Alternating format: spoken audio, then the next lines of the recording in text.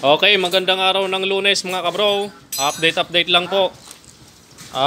Sinasabi ko lang sa video ito na tumatanggap na kami ng walk-in. Dahil nabibitin na yung mga kasama ko, kumuha pa ako ng bagong mekaniko. Ayan o. Yan, kumukuha na rin ako ng mga walk-in. Sa mga gustong mag-walk-in. Ayan, mag-walk-in lang kayo dito sa aming laboratorio.